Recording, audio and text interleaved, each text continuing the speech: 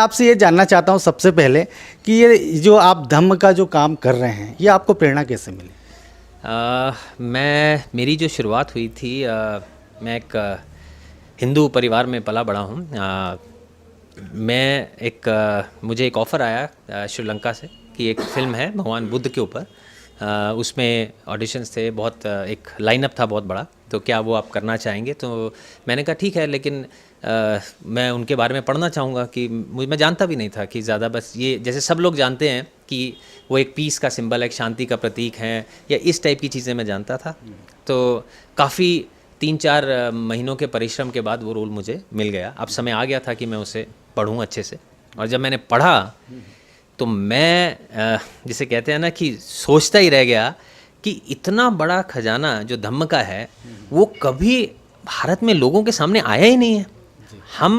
अगर अभी भी मुझे ऐसा लगता है कि ये जो धम्म का खजाना है जो ज़्यादातर बुद्धिस्ट लोगों के बीच में ही घूम रहा है, जिनको इनके बारे में मालूम है, वो यहाँ से बाहर क्यों नहीं जा रहा। जब आप किसी सेलिब्रिटी के घर जाते हैं, चाहे वो हॉलीवुड का हो या बॉलीवुड का हो, चाहे बड़ा घर हो चाहे छोटा घर हो, आपको बुद्ध की पेंटिंग, बुद्ध की मूर्ति, सब कुछ देखने को मिलेगा। जब आप उनसे पूछेंगे तो क्यों लगाइए, आप इनके बारे में जानते हैं, शांति का प्रतीक है। लेकिन उन्हें इससे ज़्यादा जानने की ज़रूरत है, धम्म के जानने की ज़रूरत है। तो फिर जब मैंने ये फिल्म हिट हुई श्रीलंका में, उसके बाद इसको दिखाया गया बड़े सारे देशों में, यूनाइटेड नेशंस में भी दिखाया गया, उसे सबसे अच्छी फिल्म का अवार्ड मिला। वहाँ पर मुझसे ये प्रश्न पूछा गया कि आप भारत से हैं और धम्म जो है वो भारत से आया, भगवान बुद्ध जो हैं भारत के बेटे हैं, तो भारत में बुद्धिज़्म कहाँ है? वो एक क्वेश्चन मेरे दिमाग में स्ट्राइक करता था। तो फिर ये बात मैंने सोची कि ऐसा क्यों, और आप मानेंगे नहीं, उस समय मुझे बाबा साहब के बारे में भी ज़्यादा नहीं पता था। फिर मैंने उनके बारे में पढ़ा। जब मैंने उनके बारे में पढ़ा तो फिर मुझे लगा कि भाई नमो बुद्धाय भारत में कहना अधूरा है जब तक हम जय भीम नहीं कहेंगे। क्योंकि आज अगर बुद्धिज़्म भारत में ज़िंदा है तो उसके कारण सिर्फ बाबा साहब अम्बेडकर ही हैं, उसका और कोई कारण नहीं है। और आज से 50 साल या 100 साल के बाद जब आप देखेंगे तो बुद्धिज़्म भारत में नहीं, पूरे वर्ल्ड में, पूरे विश्व में बहुत अच्छे तरीके से फैलेगा, और उसका कारण भी बाबा साहब ही होंगे। आप ये देखेंगे, उनकी विजन बहुत पारदर्शिता बहुत ज़्यादा थी। मुझे लगता है कि ये समय आ गया है। मैंने फिर सोचा कि चलो मैं एक प्रण लेता हूँ कि क्यों ना सम्राट अशोक को फॉलो करते हुए अगर वो 84,000 स्तूप बनवा सकता है, तो मैं एफर्ट मार के 84,000 मूर्तियाँ तो दान कर सकता हूँ किसी न किसी तरीके से, लोगों को जोड़कर। बात ये नहीं है कि भगवान बुद्ध ने ये नहीं कहा कि मेरी मूर्तियाँ दान करने से कुछ हो जाएगा या मूर्तियाँ जाएंगी, लेकिन अब ज़माना बदला है। तो मेरी सोच ये है कि अगर भगवान बुद्ध एक बार किसी के घर पर पहुँचेंगे तो धम्म अपने आप वहाँ पहुँचना शुरू होगा। लोग जानना चाहेंगे, हमसे मिलेंगे, हम किसी को देंगे अच्छा काम करने के लिए, तो वो पूछेगा तो हम उनको 4 बातें धम्म की बता कर ही चाहेंगे, चाहे वो 8 फोल्ड पाथ हो या हमारे 5 प्रिसेप्ट हों। आसानी कुछ चीज़ें बताई जा सकती हैं। तो ये सब कुछ, इतना कुछ हुआ मेरे जीवन में, मैं ज़्यादा समय लेके बताऊंगा तो बहुत समय निकलेगा। तो ये सारी चीज़ें, और बहुत सारे लोगों ने मेरा साथ दिया। अब ऐसा ही साथ अगर हम सब एक दूसरे का दे देंगे तो मुझे लगता है कि बुद्धिज़्म जो है वापस भारत में आ जाएगा। और ये प्लीज़ मैं ये बार बार कहना चाहता हूँ, बुद्धिज़्म एक जीने का तरीका है, ये धर्म नहीं है। धम्म की बात कर रहे हैं। इस बुद्धिज़्म का काम लोगों को तोड़ना नहीं, लोगों को जोड़ना है।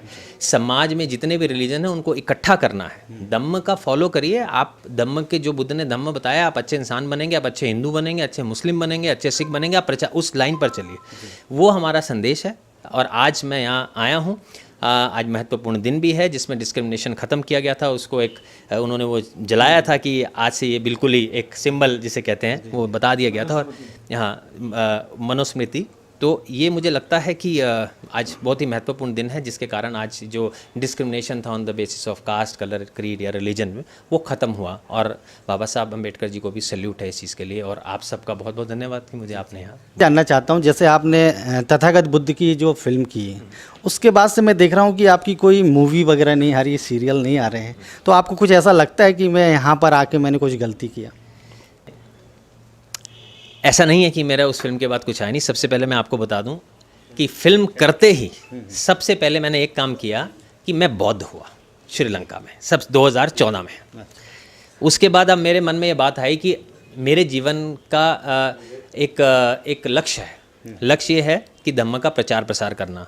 अब मेरी जो छवि है वो इस तरह की बन गई है कि लोग मुझे रोल मॉडल भी समझते हैं, वो मुझे देखते हैं कि मैं क्या कर रहा हूँ। तो मैं नहीं चाहता कि कुछ ऐसी चीज़ें मैं करूँ जिससे लोग कहें कि इसको हम रोल मॉडल समझते हैं, वो देख के इंस्पायर्ड हो जाते हैं। तो मैं कुछ ऐसे फिल्में या ऐसी चीज़ें करूँ जिससे लोग कहें कि ये ठीक नहीं है।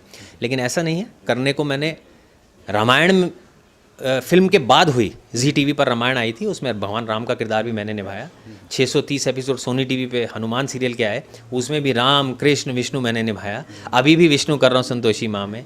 ऐसे मैंने अभी थाई फिल्म की है मैंने फरवरी में, जो थाईलैंड की फिल्म है, वो भी एक अच्छे मैसेज देने वाली है। तो मेरा कोशिश यही है कि ऐसी चीज़ें की जाएँ जिससे कोई मैसेज या सोसाइटी का भला हो सके।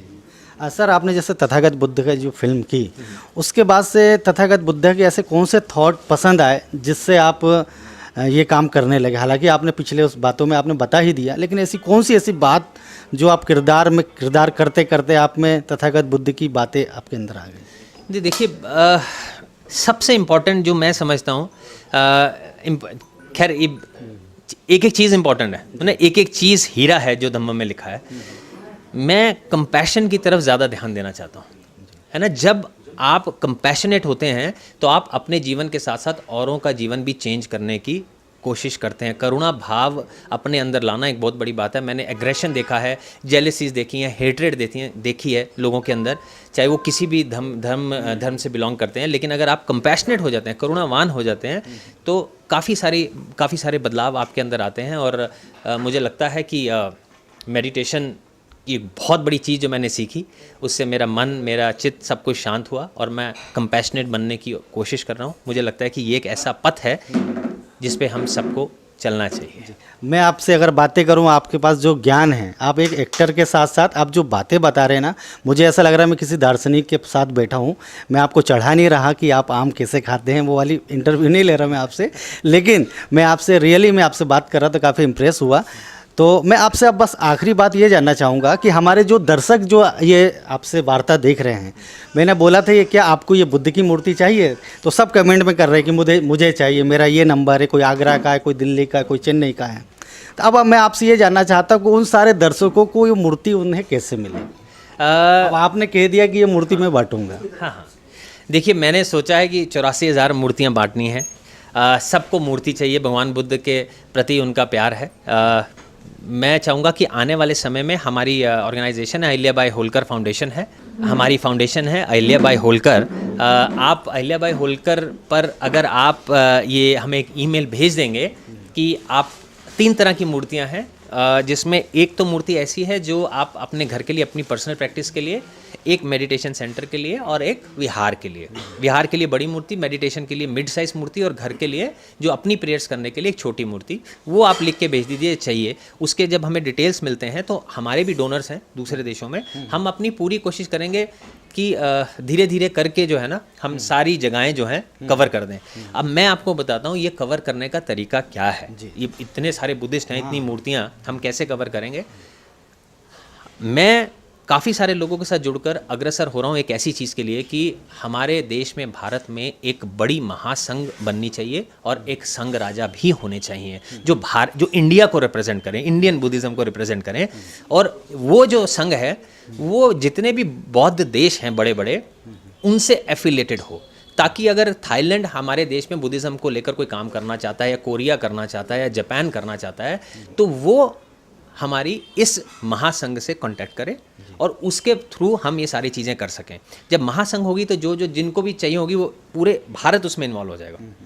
तो यही एक तरीका है कि करके हम सबके पास पहुंच पाएंगे। इसमें समय लगेगा, लेकिन मेरी पूरी कोशिश है अपनी तरफ से। मैं जिस चीज़ को चाहिए मूर्ति, मैं बड़ी खुशी से देना चाहूँगा। मतलब हमारे दर्शकों को मिल जाएगी? पक्का मिल जाएगी। आप अहिल्याबाई होलकर फाउंडेशन में अपनी एक एप्लीकेशन भेज दीजिए कि आपको मूर्ति चाहिए और किस पर्पज़ के लिए चाहिए, तो हम देंगे। लेकिन ये बात समझिए, भगवान बुद्ध डेकोरेशन का पीस नहीं है। अगर आज भी हम जो मूर्तियां दे रहे हैं वो हम कोशिश कर रहे हैं कि उन्हें आप भगवान बुद्ध ही समझिए, कि वो धम्म का प्रतीक आए हैं आपके पास। अगर आप उसे डेकोरेशन का पीस समझ के लेना चाहते हैं तो आप बाज़ार में जाके खरीद सकते हैं। ये बड़े दिल से, बड़ी भावनाओं के साथ जो डोनर मूर्ति देते हैं वो हमें दिया करते हैं। तो उस भावना को समझते हुए मुझे लगता है कि अगर आपके अंदर वो भावना है तो कहीं ना कहीं, किसी ना किसी तरीके से आपके पास मूर्ति पहुँच जाएगी। सर आपने जो बहुत ही अमूल्य समय हमें दिया उसके लिए बहुत बहुत धन्यवाद। हमारे दर्शकों को आखिरी में क्या कहना चाहेंगे? आखिरी में मैं बस यही कहना चाहूँगा कि कई बार मुझे इस बात का एहसास होता है हमारे बुद्धिस्ट भाइयों में कि एक जो संघ वाली भावना है ना, एक एकता वाली भावना है, उसकी कमी मुझे कहीं ना कहीं बड़े स्ट्रॉन्ग तरीके से दिखती है, जिसमें सबको होता है कि मैं कई बार इवेंट्स में गया हूँ, फंक्शन में गया हूँ, अगर कोई दूसरा भी अपना आउटपुट डालना चाहता है तो उनको लगता है ये मेरा फंक्शन है, ये क्यों ऐसा बोल रहा है, ये मेरा है, ये मेरा है, मेरा है। अंत में क्या हो जाता है, वो मेरा मेरा करके रह जाता है, वो हमारा नहीं हो पा रहा। तो कोशिश करिए, हम सब बुद्धिस्ट हैं, धम्म का पालन करने वाले हैं, एक साथ कंधे से कंधा मिलाकर, हाथ से हाथ मिलाकर आगे बढ़ेंगे तो सबकी इच्छाएं पूर्ण होंगी। यही मेरा आखिरी संदेश है। धन्यवाद। नमो बुद्धाय।